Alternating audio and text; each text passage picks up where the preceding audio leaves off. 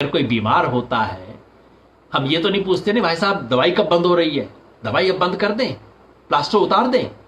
हम पूछते हैं ठीक हो गए ना, तकलीफ तो नहीं है ना, ठीक हो गए तो अब दवाई बंद कर दें। दवाई बंद करने से पहले पूछते हैं कि तबीयत ठीक हो गई ना, प्लास्टर उतार दे से पहले पूछते हैं फ्रैक्चर हील हो गया ना। ये सवाल हम क्यों नहीं पूछते? यही बात रिजर्वेशन पे लागू होती है, जो बार बार कहा जाता है रिजर्वेशन खत्म कब होगी, खत्म कब होगी। आज भी इस देश में जन्म का संयोग कम से कम 70-80% तय कर देता है कि आप लाइफ में कहां जाएंगे। इक्वालिटी का मतलब सेम ट्रीटमेंट नहीं है। इक्वालिटी का मतलब है बराबर के स्तर पे लाने के लिए डिफरेंशियल ट्रीटमेंट। इक्वालिटी का मतलब यह नहीं है कि हर एक को एक साइज का कुर्ता पकड़ा दिया जाए। इक्वालिटी का मतलब है जिसकी जो जरूरत है उसके हिसाब से उसे बराबर अब तरह के कपड़े मिले। मेरिट का कैलकुलेशन खाली एंड पॉइंट से नहीं कर सकते, स्टार्टिंग पॉइंट भी देखना होगा। आप समझ लीजिए जिस देश में हम रहते हैं वो ऐसा देश है जहां एक रेस हो रही है 100 मीटर्स की, कोई स्टार्टिंग पॉइंट से उस रेस पे दौड़ रहा है, कोई ऐसा है जो कि जहां टेप लगा है उससे 20 मीटर पहले ही आके बैठा हुआ है, और कोई ऐसा है जो स्टार्टिंग पॉइंट से 50 मीटर पीछे से दौड़ को शुरू कर रहा है। कि ठीक है, ये मान लिया कि होना चाहिए, लेकिन हो तो भाई फिर कास्ट बेसिस पे क्यों हो, और कास्ट बेसिस पे हो तो SC ST OBC को क्यों दिया जाए।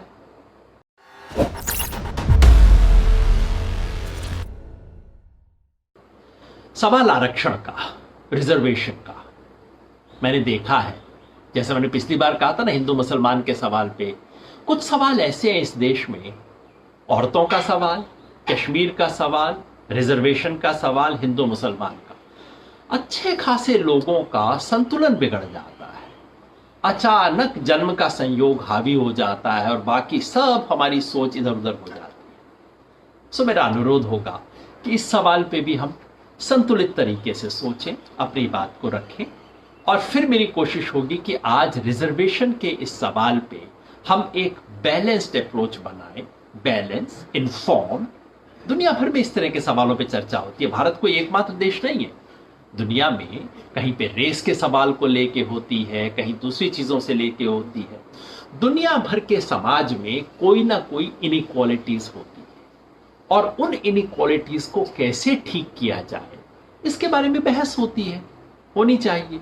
वैसी बहस हमारे समाज में होती है, लेकिन मैं देखता हूं बाकी अदरवाइज बड़े इंटेलिजेंट लोग, कई बार बहुत सेंसिटिव लोग भी, जैसे ही रिजर्वेशन का सवाल आता है अचानक चेहरे का तेवर बदल जाता है, सेंसिटिविटी बड़ा मतलब कुछ सख्ती सी आ जाती है। नहीं नहीं हम क्यों करें, अरे वो जाने मैं क्या करूं, ऐसी क्यों हो जाता है।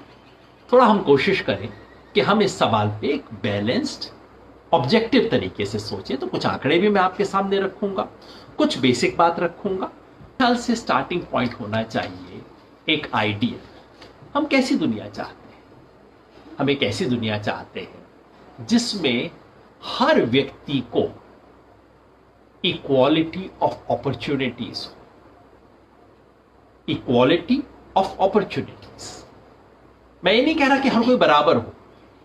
आप मेरा गाना उतने ही प्यार से सुने जितना किशोर कुमार से सुने ना, मैं ऐसा नहीं चाहता। किशोर कुमार का गाना आप जरूर सुनेंगे, मेरा गाना क्यों सुनना चाहेंगे, सही बात है। मगर इक्वालिटी ऑफ अपॉर्चुनिटी, अगर मैं उतना ही शानदार गायक होता जितना कि किशोर कुमार थे, तो सिर्फ इसलिए कि वो मुंबई में थे और मैं मुंबई में नहीं पहुंच सका, या उनके बड़े भाई सिनेमा में पहले पहुंच गए थे मैं नहीं पहुंच सका, उस नाते मुझे डिस्क्रिमिनेट नहीं करना चाहिए। सो हर किसी को हम एक ऐसा समाज चाहते हैं जिसमें इक्वालिटी ऑफ अपॉर्चुनिटीज हो, जहां मेरी अपॉर्चुनिटीज इस आधार पर तय ना हो कि मेरा जन्म कहां हुआ है। जन्म का संयोग ये तय ना करे कि मैं जिंदगी में कहां पहुंचूंगा। ठीक बात लग रही है ना? बाई चांस कोई लड़की पैदा हुई है तो ये ना हो कि भाई ये दरवाजे तुम्हारे लिए बंद हो गए, अब तो तुम लड़की हो तो छोड़ ही दो, सोचो ही मत। बाई चांस मैं एक जाति में पैदा हुआ, एक धर्म में पैदा हुआ, एक इलाके में पैदा हुआ, गांव में पैदा हुआ, गांव के गरीब घर में पैदा हुआ, सिर्फ इस नाते मेरे लिए दुनिया में दरवाजे बंद ना हो जाए। मुझे अपनी मेहनत, अपनी बुद्धि, अपनी लगन का परिचय देने का अवसर मिलना चाहिए। एक बात है। So we start with step 1। We want a society which has equal opportunities। दूसरा स्टेप यह है पूछना, क्या हम ऐसे समाज में रहते हैं जहां इक्वल अपॉर्चुनिटीज हैं?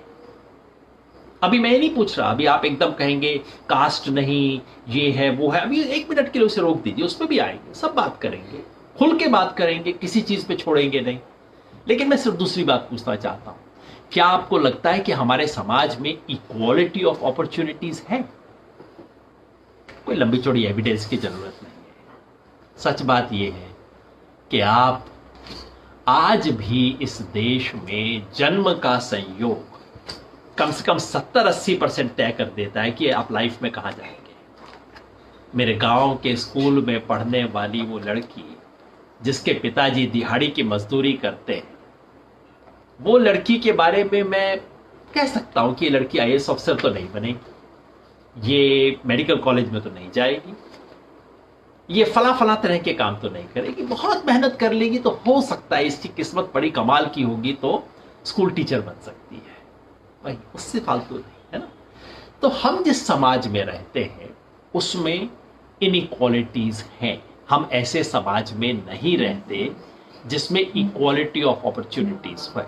ठीक है, इक्वालिटी कास्ट के आधार पे है या पुअर रिच के आधार पे है, गांव शहर के आधार पे है, आदमी औरत के आधार पे है, इस पे बाद में चर्चा करेंगे। मेरे विचार से इन सब के आधार पे है हमारे समाज में, लेकिन इनइक्वालिटी तो है ना। सो स्टेप 1, हम ऐसा समाज चाहते हैं जिसमें इक्वालिटी ऑफ अपॉर्चुनिटीज हो। स्टेप 2, आज हम ऐसे समाज में नहीं रहते, तो फिर स्टेप 3 क्या होना चाहिए? एक ऐसा समाज जहां हम आज की इनइक्वालिटी ऑफ अपॉर्चुनिटीज को, अवसरों की असमानता को बदल के इक्वालिटी लाए। कैसे लाई जा सकती है? इनइक्वालिटी ऑफ अपॉर्चुनिटीज को इक्वालिटी में कैसे बदलेंगे? कोई कहेगा कि आप डिस्क्रिमिनेशन हटा दीजिए। बिल्कुल ठीक है, डिस्क्रिमिनेशन तो हटना ही चाहिए, लेकिन क्या उतने से काम चल जाएगा? आप समझिए, अभी भारत का एग्जाम्पल छोड़ दीजिए, आप अमेरिका का एग्जाम्पल लीजिए। दूर के एग्जाम्पल से कई बार समझने में आसानी होती है, हमारी उतनी स्ट्रॉन्ग फीलिंग्स, गुस्सा, इमोशंस थोड़ा सा कम इन्वॉल्व होता है। तो यूएस में आप ब्लैक्स और वाइट्स के बारे में सोचिए। वाइट्स का डोमिनेंस था, ब्लैक्स दबे हुए थे, उनके लिए दरवाजे बंद थे। 1960 के दशक में, 1960s में उनके लिए दरवाजे खुलने शुरू हो गए, उनके लिए डिस्क्रिमिनेशन खत्म हुआ। बस के अंदर ब्लैक बैठ सकता है, उसी स्कूल में जा सकता है, उसी चर्च में जा सकता है, यूनिवर्सिटी में जाने का उसको अधिकार मिल गया। क्या इतने से इक्वालिटी ऑफ अपॉर्चुनिटीज आ गया? स्कूल में लड़कियां नहीं जाती थी, आपने ऑर्डर निकाला, कहा कि चलिए कल से लड़कियां स्कूल में अलाउड, मेडिकल कॉलेज में लड़कियां आ सकती हैं, IIT में आ सकती हैं, कॉलेजेस में आ सकती हैं। क्या इससे लड़कियां बराबर आनी शुरू हो जाएंगी? इक्वालिटी ऑफ अपॉर्चुनिटीज हो जाएगा? नहीं होगा। आपको क्या करना होगा? स्पेशल अपॉर्चुनिटीज देनी होगी। अगर कोई समूह, कौन सा समूह, अभी मैं इसकी बात नहीं कर रहा, कोई भी समूह अगर हिस्टोरिकली डिसएडवांटेज्ड है तो उसे इक्वल अपॉर्चुनिटीज देने के लिए स्पेशल अपॉर्चुनिटीज देनी पड़ेगी। मैंने पहले भी किसी दिन कहा था, इक्वालिटी का मतलब सेम ट्रीटमेंट नहीं है। इक्वालिटी का मतलब है बराबर के स्तर पे लाने के लिए डिफरेंशियल ट्रीटमेंट। इक्वालिटी का मतलब यह नहीं है कि हर एक को एक साइज का कुर्ता पकड़ा दिया जाए। इक्वालिटी का मतलब है जिसकी जो जरूरत है उसके हिसाब से उसे बराबर तरह के कपड़े मिले, है ना। इसलिए, और ये बात मैं चाहता हूं हम सब समझें, equality requires differential treatment. Equality के लिए जरूरी है कि हम लोगों को अलग अलग तरह का ट्रीटमेंट दें। नहीं तो इक्वालिटी नहीं होगी। इसका जो उदाहरण मैं हमेशा दिया करता हूं वो बड़ा सिंपल सा एग्जाम्पल है। आपने 400 मीटर की दौड़ देखी है ना, 400 मीटर्स की रेस होती है जब, तो सारे एथलीट एक पॉइंट से शुरू नहीं करते। जो सबसे इनर लेन में है वो यहां खड़ा है, जो थोड़ा सा बाहर की लेन में है थोड़ा सा आगे से शुरू करता है, तीसरी लेन वाला और आगे से शुरू करता है, चौथी लेन वाला और आगे से शुरू करता है। आंख से देखेंगे तो लगेगा यार तो बड़ा भेदभाव है, देखो ये बेचारा अंदर वाला तो पीछे से शुरू कर रहा है, बाहर वाला बहुत आगे से शुरू कर रहा है। But that's not the point. बाहर वाली लेन वाले को आगे इसलिए रखा गया है ताकि वो सचमुच 400 मीटर दौड़े, बेचारा 440 मीटर ना दौड़े, इसलिए रखा गया उसको, है। So the seeming inequalities is in order to produce a genuine equality। जो देखने में आगे पीछे लग रहा है, देखने में स्पेशल ट्रीटमेंट दिया जा रहा है, वो दरअसल इक्वालिटी हासिल करने के लिए है। ठीक है। तो तीसरी बात मैं जो आपके सामने कहना चाहता हूं वो ये कि स्पेशल अपॉर्चुनिटीज, एफर्मेटिव एक्शन आपको करना पड़ेगा। जहां लड़कियां कभी भी स्कूल में नहीं आई, उनके लिए खाली दरवाजे खोल देना शुरू काफी नहीं है। आपके लिए कहना पड़ेगा उन लड़कियों के लिए स्पेशल बस चलेगी, उन लड़कियों के लिए एक हॉस्टल बनेगा, उन लड़कियों के लिए अगर घर वाले भेज नहीं रहे तो शुरू में एक लेडी टीचर वहां बैठानी पड़ेगी। हो सकता है शुरू में माओ को अलाउ करना पड़े कि आप भी आके यहां पे देख लो। ये विशेष अवसर देने पर ही उन्हें इक्वल अपॉर्चुनिटीज मिल पाएगी। ठीक है। That's a principle of affirmative action. यानी कि हमें proactively out of the way जाके कुछ करना पड़ेगा ताकि इक्वल अपॉर्चुनिटीज मिले। तो अब तक मैंने केवल प्रिंसिपल्स डिस्कस किए हैं। 3 बात। पहला, हमें इक्वल अपॉर्चुनिटी, एक ऐसा समाज बनाना है जिसमें सबको बराबर अवसर मिले। दूसरा, आज हम जिस समाज में जीते हैं उसमें ऐसा बिल्कुल नहीं है। तीसरा, जहां आज हम हैं और जैसा समाज बनाना चाहते हैं उसके लिए सिर्फ फॉर्मल इक्वलिटी से काम नहीं चलेगा, हमें आउट ऑफ द वे जाके कुछ स्पेशल अपॉर्चुनिटीज देने पड़ेंगे, एफर्मेटिव एक्शन का इस्तेमाल करना पड़ेगा। अब आप समझ गए होंगे मैं क्या कह रहा हूं। This is the logic of reservations. Reservation हमारे समाज में एक ऐसी व्यवस्था है जिसका बेसिक कारण ये है, वो व्यवस्था कहती है कि हमारे समाज में सब लोगों को इक्वल अपॉर्चुनिटीज मिलने चाहिए, लेकिन आज है नहीं, इसलिए कुछ वर्ग के लोगों को विशेष अवसर देंगे ताकि वो बराबरी की अपॉर्चुनिटीज ले पाए।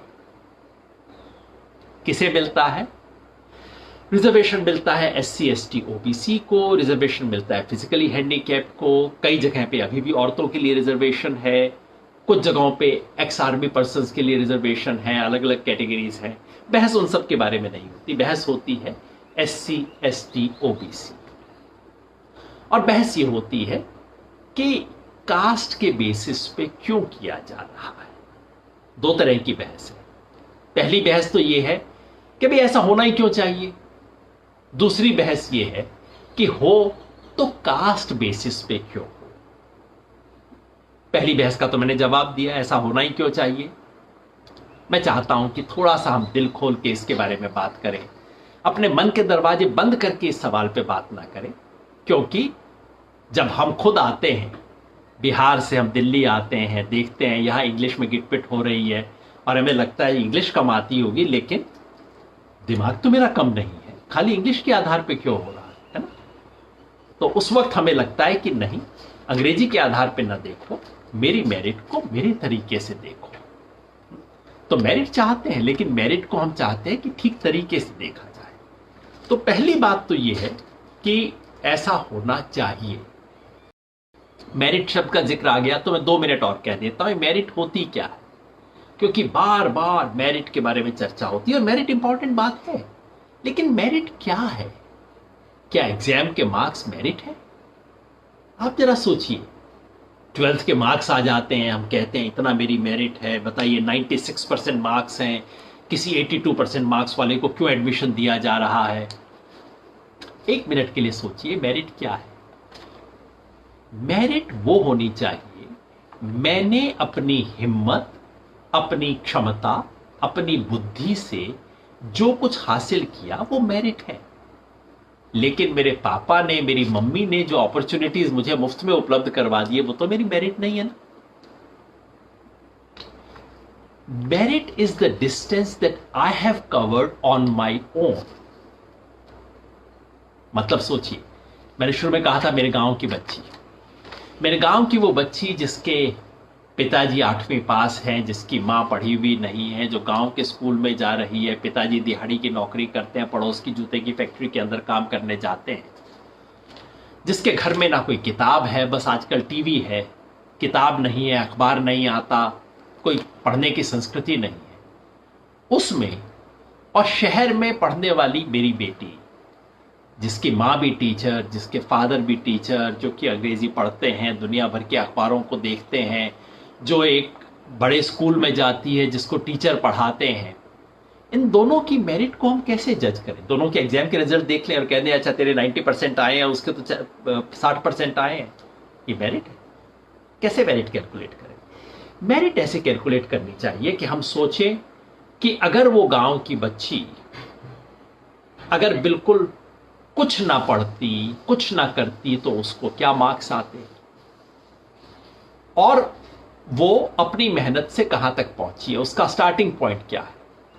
उस गांव की बच्ची का स्टार्टिंग पॉइंट होगा 20%, 25%। कुछ ना करती, जैसे उसके पिताजी ना पढ़ पाए, अपने घर के माध्यम से रहती, तो वो शायद 10वीं क्लास भी ना पास कर पाएगी।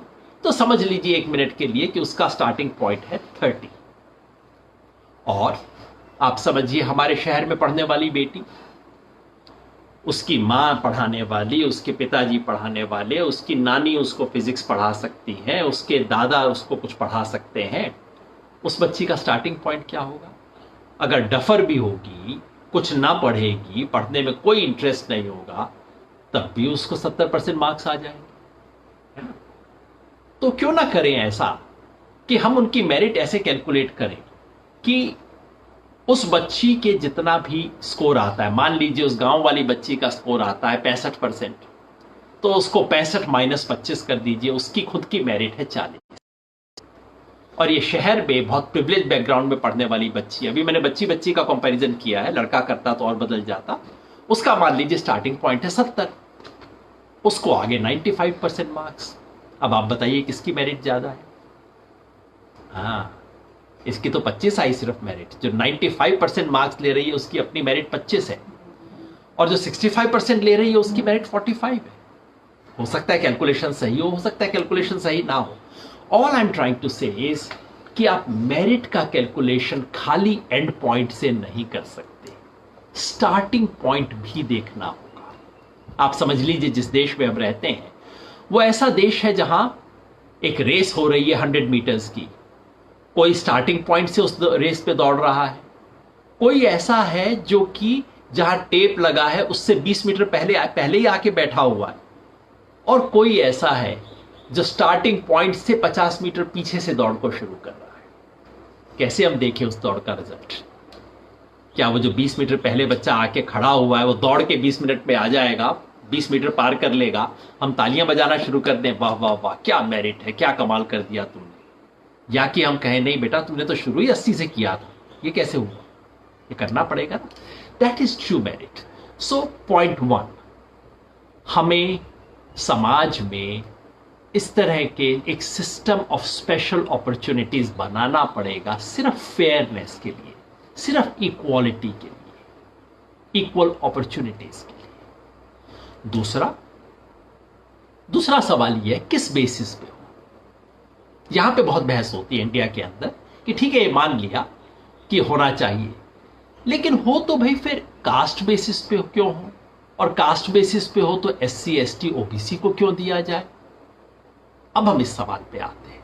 पहला हमने सवाल सेटल कर लिया कि होना चाहिए, और होना चाहिए तो स्पेशल अपॉर्चुनिटीज देने पड़ेंगे, और जब भी स्पेशल अपॉर्चुनिटीज देंगे किसी ना किसी को तो तकलीफ महसूस होगी कि अरे मेरे 95% मार्क्स थे और वो 75 वाली का एडमिशन हो गया, कमाल है। कमाल नहीं है, ये सही कैलकुलेशन है। इतना हमें ध्यान जरूर रखना पड़ेगा। बड़े बड़े लोग इस चीज के बारे में इतना बहक जाते हैं, इतना अजीब तरीके से सोचना शुरू कर देते हैं, क्योंकि जहां व्यक्ति का पर्सनल इंटरेस्ट जुड़ा होता है ना, स्वार्थ, वहां पता नहीं कैसे कैसे करके लोग सोचना शुरू कर देते हैं। मैं देखता था हमारे इधर संयोग से जिस समाज से मैं हूं, जाति यादव जाति है, हरियाणा के लोग हैं। तो जैसा आप जानते हैं 1992 तक यादव्स को कोई रिजर्वेशन नहीं था हरियाणा में और बाकी जगहों पे, सेंट्रल गवर्नमेंट में कोई रिजर्वेशन नहीं था। तो हमारे पढ़े लिखे रिश्तेदार कहा करते थे रिजर्वेशन बड़ी खराब चीज है, SC ST लोगों को बताओ ये दे दिया वो दे दिया, सब तरह की बातें करते रहते। मैं डिफेंड करता रहता था, फिर कहते तू तो ऐसी बातें करता है। फिर साहब उनको रिजर्वेशन मिलना शुरू हो गया, 92 के बाद मंडल कमीशन आया, रिजर्वेशन मिलना शुरू हो गया। अब मैं देखता हूं उनके तेवर बदले। नहीं, देखो हम लोगों के साथ कितना अन्याय हुआ है, हम लोगों के साथ क्या कुछ हुआ है। अब मैं पलट के कहता हूं नहीं जी, उतना अन्याय तो नहीं हुआ जितना आप कहते हो आपके साथ हुआ है। तो जैसे ही इंसान का स्वार्थ आ जाता है तो अचानक तर्क बदल जाते हैं, पता नहीं क्या कुछ लोग बोलना शुरू कर देते हैं। इसलिए संभल के सोचें, संयत तरीके से सोचें। तो अब हम उस सवाल पे आ रहे हैं जिस पे हम इस देश में बहुत बहस करते हैं कि ठीक है भाई, रिजर्वेशन हो, स्पेशल अपॉर्चुनिटीज देने की जरूरत है, लेकिन वो अपॉर्चुनिटीज किस बेसिस पे दिए जाएं, कास्ट बेसिस पे क्यों दिए जाएं। पहले कुछ फैक्ट्स। क्या इस देश में कास्ट इनइक्वालिटीज हैं? क्या आज भी हैं? हम कई लोग कहते हैं, शहरों में कहते हैं, भाई कितने लोग कहते हैं I didn't even know about my caste. आप लोगों ने बोल बोल के, जब आपने बात की, मंडल की बहस हुई, तब मैंने पहली बार देखा कास्ट क्या है। मेरे को तो पता भी नहीं था कि कास्ट क्या है। आपको पता नहीं था इसका मतलब यह नहीं है कि कास्ट का फायदा आपको नहीं मिला। कोई मर्द हो सकता है औरतों के प्रति बहुत सेंसिटिव हो, लेकिन मर्द होने की एडवांटेजेस उसको मिले हैं जिंदगी भर। तो पता हो ना हो, लेकिन आपको उसके फायदे मिले। खैर, पहले मैं चाहता हूं आपको सिंपल एक दिखाऊं, क्योंकि कई बार बहुत एलिमेंट्री चीज भी हमें नहीं पता होती। हमारे समाज का कास्ट वाइज ब्रेकअप क्या है, ये देखिए। हमारी सोसाइटी का कास्ट वाइज ब्रेकअप है। दलित मैंने 17% लिखा है, पिछली बार मैंने आपको बताया था 16.2, मगर पिछले 10 साल में थोड़ा सा बढ़ा है, ऐसा सोचते हुए मैंने उसको 17 लिखा है। आदिवासी 9%, ST 9%, 8.2 रिकॉर्ड हुए थे, अब तक 8.7 8.8 हो गए होंगे। OBC 44%, आपने कहीं 52 सुना होगा, बहुत लोगों ने कहा होगा मंडल कमीशन 52%। ये माइथोलॉजी है, मंडल कमीशन ने बहुत ही अंदाजे से बातें बोल दी थी, फैक्चुअली सही नहीं है। जितने भी सर्वे हुए, ये दोनों आंकड़े SC और ST का आंकड़ा तो मैं सेंसस के आधार पे दे रहा हूं, क्योंकि सेंसस में लिखा जाता है। OBC का सेंसस में गिनती नहीं होती। वैसे ये भी बड़ी अजीब चीज है, जिसके लिए रिजर्वेशन का सिस्टम है उसको सेंसस में गिना ही नहीं जाता, और आप गिनने की बात करो, लोग कहते हैं हाय हाय आप जातिवाद फैला रहे हो। अरे भाई, रिजर्वेशन जब दे रहे हो तो कम से कम ये तो गिनना पड़ेगा ना। अगर महिलाओं के लिए आप स्पेशल स्कीम चलाओगे तो गिनना तो पड़ेगा कितनी महिलाएं हैं। आर्मी में महिलाओं को लाने की स्कीम चलाओगे तो गिनोगे तो सही ना कि आर्मी में कितनी महिलाएं हैं कितनी नहीं है, कैसे नहीं तो करो। का अभी जो NSS के आधार पे हमारा सबका आधार है, मूल्यांकन है, कई सोशल साइंटिस्ट लोगों से मैंने बात की है, एक मूल्यांकन है कि अंदाजन 44%, 52 नहीं, 44% मिलके हो गए 70। याद रखिए, मोटा आंकड़ा दिमाग में बना लीजिए, SC plus ST plus OBC are 70% of our population.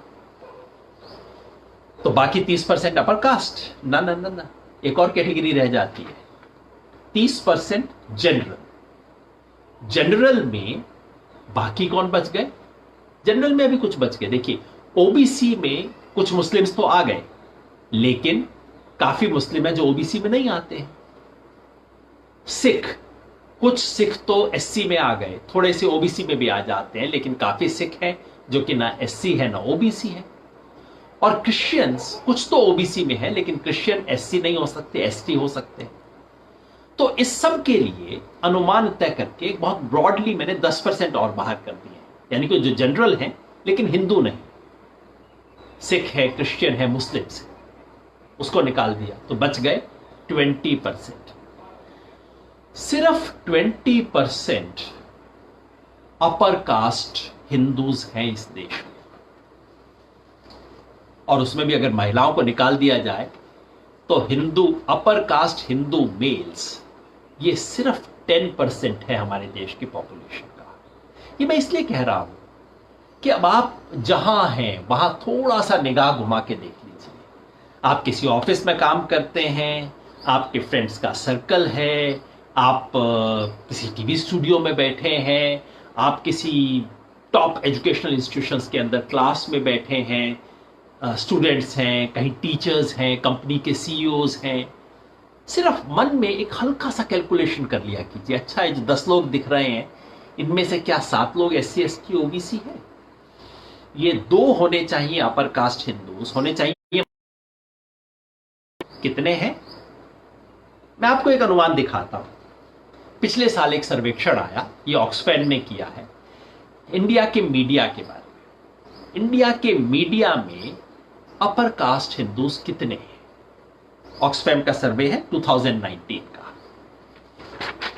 ये देखिए, टीवी एडिटर्स, जो टॉप एग्जीक्यूटिव एडिटर्स जो डिसीजन लेते हैं, जो टॉप लोग टीवी न्यूज, देश में न्यूज क्या है तय करने वाले, 88% लोग अपर कास्ट हिंदूज हैं।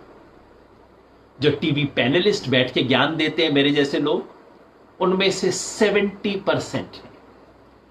और जो ओपिनियन मेकर्स जो अखबारों में आर्टिकल्स लिख रहे हैं, देश दुनिया की क्या स्थिति है उसके बारे में बता रहे हैं, उसमें 72% है। मोटी बात, फिर याद रखिए, जो समाज में 30% है जनरल और 20% है हिंदू अपर कास्ट, वो बाकी सब जगहों पे जहां पे हम देखते हैं जो टॉप पोजीशंस हैं उसमें वो 70-80 है, और जो समाज में 70-80 है वो इन सब जगहों पे 20-30 है। मोटा बात दिमाग बनाने के लिए, मन में रखने के लिए, जहां जाएं आंख खोल के एक बार चेक कर लिया कीजिए, जस्ट चेक कीजिए। मैं नहीं कह रहा कि सिर्फ कास्ट के आधार पे सोचना चाहिए, पर आप सिर्फ चेक करना शुरू कीजिए। एक बार मेरे साथ मजेदार किस्सा हुआ। टीवी स्टूडियो में हम थे और रिजर्वेशन पे बहस हो रही थी। तो जैसा टीवी स्टूडियोज में होता है, उन्होंने कहा चलिए हम दर्शकों से पूछते हैं साहब रिजर्वेशन होना चाहिए कि नहीं होना चाहिए। वहां 90% लोगों ने हाथ खड़े कर दिए कि नहीं होना चाहिए। पता नहीं क्यों मेरे को उस दिन इच्छा हुई, मैंने कहा चलिए बहुत अच्छा किया आपने बता दिया। अब मुझे ऐसा कीजिए, एक बार दोबारा हाथ उठवाइए कि ये जो स्टूडियो में लोग बैठे हैं उसमें SC ST OBC कितने हैं? 10% भी नहीं थे। वो संयोग था, मगर आमतौर पे जो होता है, जो समाज में 80% है वो बड़ी बड़ी जगहों पे सिर्फ 20% है। जो समाज में सिर्फ 20% है वो हर विजिबल जगह पे 80% है। इतना बड़ा अंतर है हमारे समाज में आज भी, पुराने जमाने की बात नहीं कर रहा, आज भी इतना बड़ा अंतर है। क्या ये अंतर एजुकेशन में है? ये मैं आपको एक आर्टिकल से दिखा रहा हूं, ज्यादा आंकड़ा दे दिया है, शायद मैंने इस टेबल पे दिखाई देगा या नहीं। ये आर्टिकल है सतीश देशपांडे का, जो उन्होंने आज से 10 साल पहले लिखा था। उन्होंने क्या किया कि NSSO का आंकड़ा लिया और उसमें से देखा, ये EPW में उनका आर्टिकल छपा था।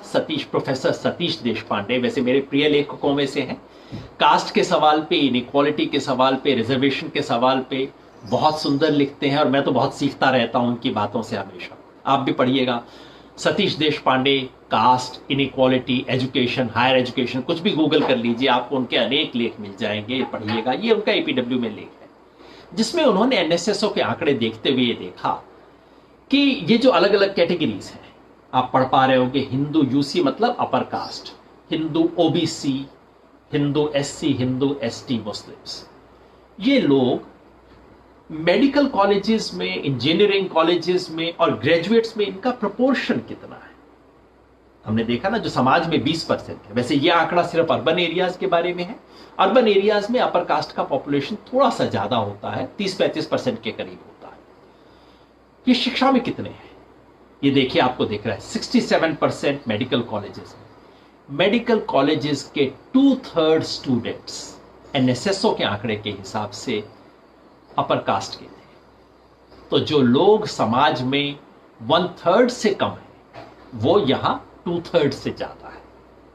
बाकी 15, 10, 13 ओबीसी जो कि समाज में 44% हैं, अर्बन एरियाज में 35-40% हैं, वो 15-10% हैं। SC ST तो बहुत कम है, मुस्लिम्स भी आप देख रहे होंगे बहुत कम है।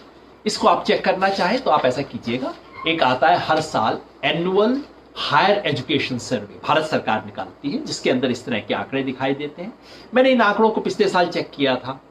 मोटी तस्वीर यही है, अगर आप इस देश के टॉप इंस्टीट्यूशन जो सेंट्रल एजुकेशनल इंस्टीट्यूशंस हैं, सेंट्रल यूनिवर्सिटी और नेशनली इंपॉर्टेंट इंस्टीट्यूशंस, उन सब के आप आंकड़े देख लीजिए, क्योंकि फॉर्चुनेटली वहां SC ST OBC मुस्लिम सब आंकड़े मिलते हैं। अपर कास्ट हिंदू अलग से नहीं लिखा होता, लेकिन वो आप डिड्यूस कर सकते हैं जनरल कैटेगरी के हिसाब से। मोटी तस्वीर आज भी यही है, देश की टॉप एजुकेशनल इंस्टीट्यूशंस में आज भी 65 से 70% स्टूडेंट्स जनरल या अपर कास्ट हिंदू वर्ग के हैं।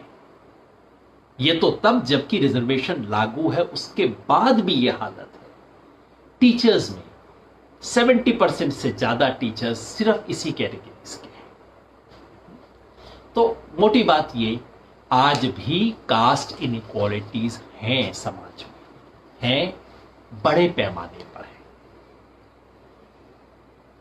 एक बात और पूछी जाती है कि ठीक है कास्ट इनइक्वालिटीज है, लेकिन क्या कास्ट इनइक्वालिटीज ही है और कुछ नहीं है? और कुछ है, बिल्कुल। हमारे समाज में सबसे पहले तो मैं कहूंगा इकोनॉमिक इनइक्वालिटीज है।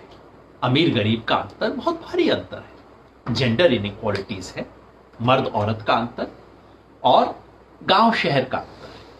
ये 4 इनइक्वालिटीज हमारे यहां एक दूसरे को काटती हैं, रीएनफोर्स करती हैं। गरीब अमीर, कास्ट कम्युनिटी, जेंडर और रूरल अर्बन, 4 इनइक्वालिटीज हैं।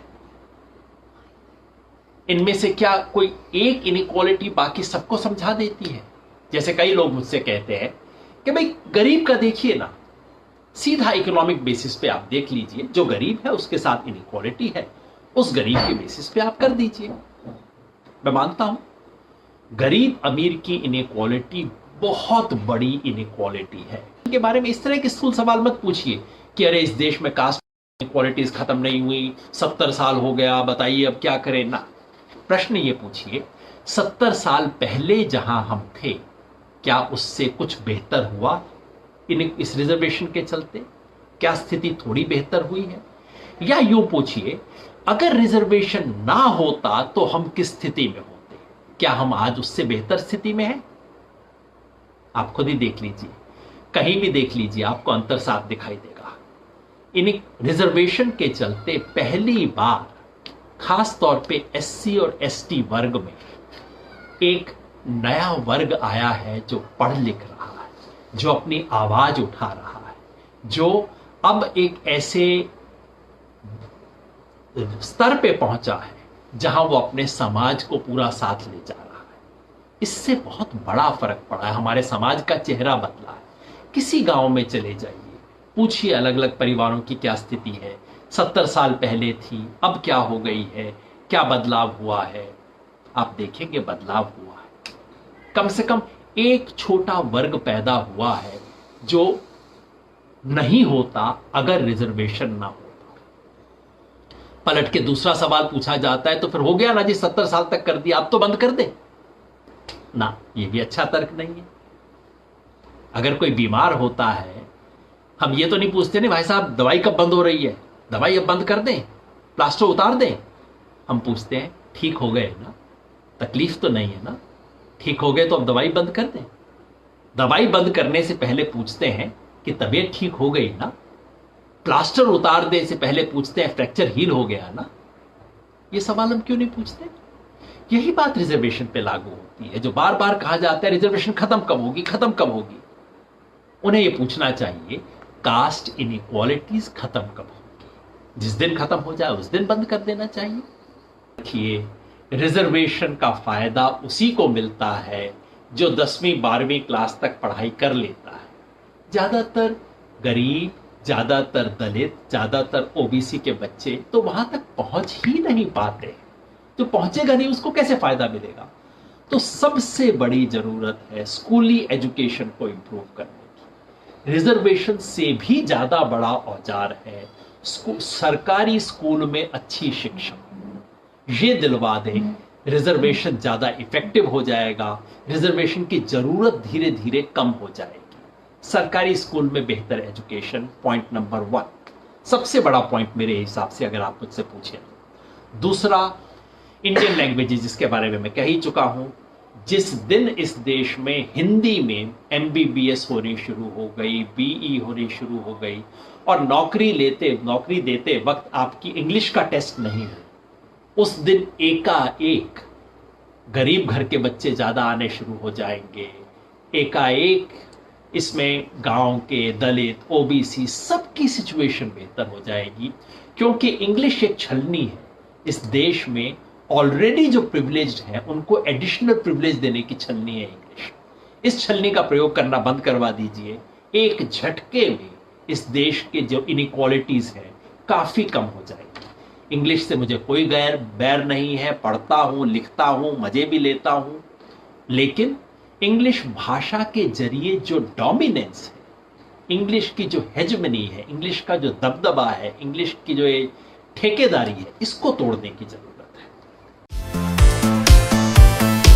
अगर आपको हमारे वीडियोस पसंद आए तो प्लीज़ लाइक करें, सब्सक्राइब करें और शेयर करें।